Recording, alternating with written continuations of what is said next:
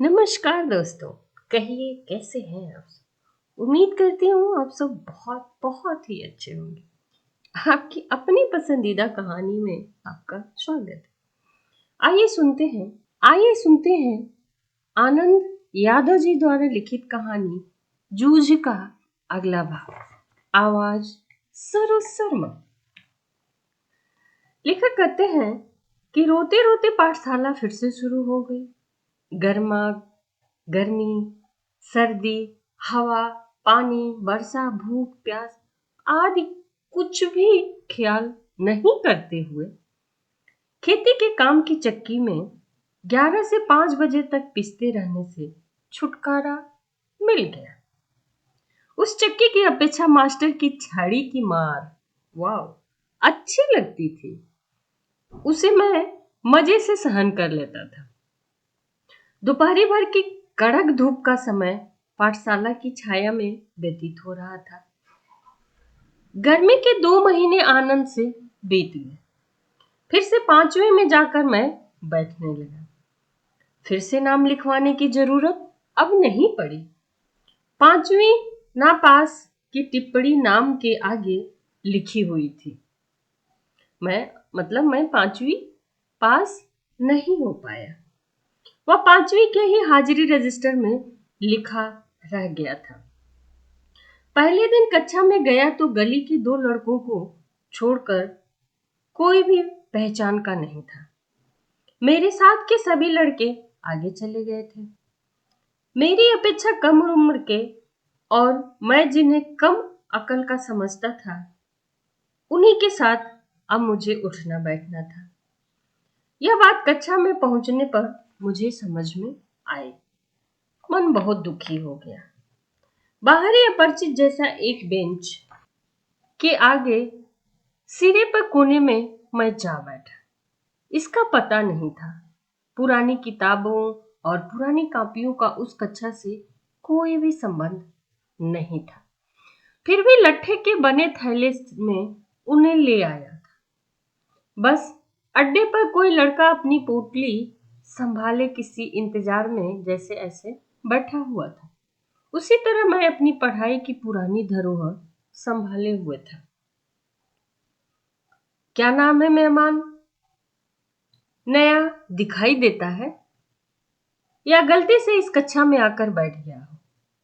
कक्षा के सबसे ज्यादा शरारती चौहाड़ के लड़के ने सामने आकर खिल्ली उड़ाने के स्वर में पूछा। मेरे ध्यान में आया कि मेरी पोशाक भी अजनबी जैसी है। बालूगढ़ी की लाल मिट्टी के रंग में मटमैली हुई धोती और गमछा पहनकर मैं अकेला ही था। देखें देखें तुम्हारा गमछा, कहते हुए उसने मेरा गमछा खींच लिया। अब मेरा गमछा पूरी कक्षा में खींचातानी होगी और फट जाएगा। यह सोचकर मैं रुआंसा सा हो गया, लेकिन वैसा कुछ हुआ नहीं। उस लड़के ने उसे अपने सिर पर लपेट लिया और मास्टर की नकल करते हुए उसे उतारकर टेबल पर रखकर फिर अपने सिर पर हाथ फेरते हुए हुस की आवाज की। इतने में मास्टर जी आ गए और वह गुंडा झट से अपनी जगह पर जाकर बैठ गया। मेरा गमछा टेबल पर ही रहा। पहले दिन ही इस घटना ने मेरे दिल की धड़कन बढ़ा दी और छाती मेरा धक धक करने लगा। मास्टर जी कक्षा में आए। टेबल पर मटमैला गमछा देखकर उन्होंने पूछा, यह किसका है? मैंने बोला, मेरा है मास्टर जी। उन्होंने पूछा, तुम कौन है?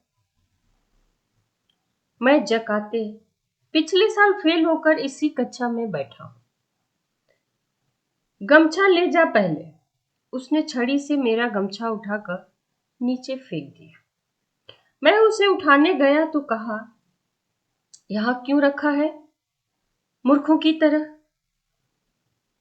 मैंने नहीं रखा मास्टर जी, उस लड़के ने मेरे सिर से छीन लिया और यहां पर रख दिया। यह चमाड़ का बच्चा बिना बात के उठक पटक करता रहता है। कहते हुए मास्टर जी उस लड़के की ओर चले गए। मास्टर जी ने मेरे बारे में और भी पूछताछ की और बामन पंडित की कविता पढ़ाने लगे। बीच की छुट्टी में मेरी धोती की कांच उस लड़के ने 2 बार खींचने की कोशिश की, लेकिन मैं फिर दीवार की तरफ पीट करके जा बैठा तो पूरी छुट्टी होने से पहले उठा ही नहीं। खिलौने के लिए बनाए गए कौवा के बच्चे को खुले में रख देने पर जैसे कौवे चारों ओर से उस पर चोंच मारते हैं, वैसे ही मेरा हाल हो गया था। मेरी ही पाठशाला मुझे चोंच मार मार कर घायल कर रही थी।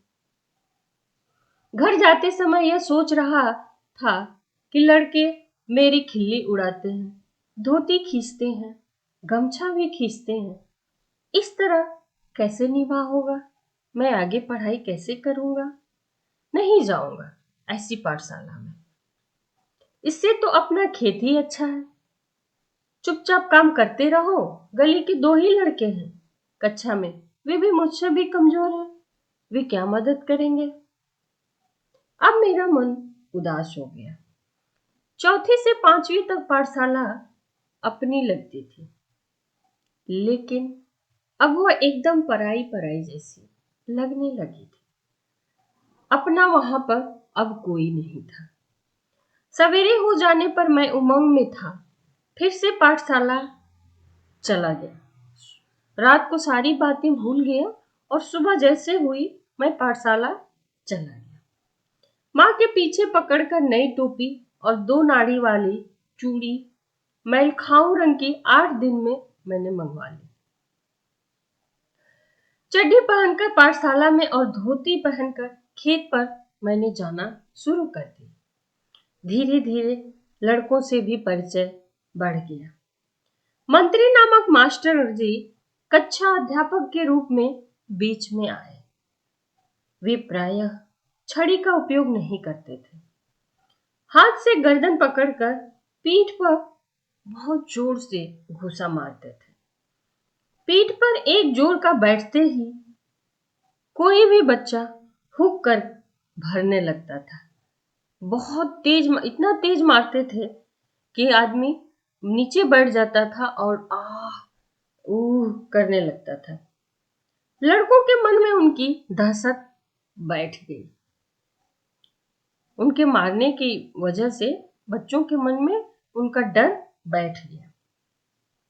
इसके कारण उधम करने वाले लड़कों को प्रायः मौका नहीं मिलता था। पढ़ने वाले लड़कों को शाबाशी मिलने लगी। मंत्री जी मास्टर जी गणित पढ़ाते थे। एक आध सवाल गलत हो जाता तो उसे वे अपने पास बुलाकर समझा देते थे। एक आध लड़के की कोई मूर्खता दिखाई दी तो वे उसे वहीं ठोक देते थे, मतलब मार देते थे। इसलिए सभी का पसीना उनको देखते ही अब छूटने लगता था। सभी लड़के अब घर पर आकर पढ़ाई करने लगे थे, कक्षा में ध्यान देने लगे थे। तो धन्यवाद दोस्तों। कहानी अच्छी लगी हो तो लाइक, कमेंट, शेयर और सब्सक्राइब करना ना भूलते। मिलते हैं कहानी के अगले भाग में। तब तक के लिए खूब खुश रहें, मस्त रहें, व्यस्त रहें।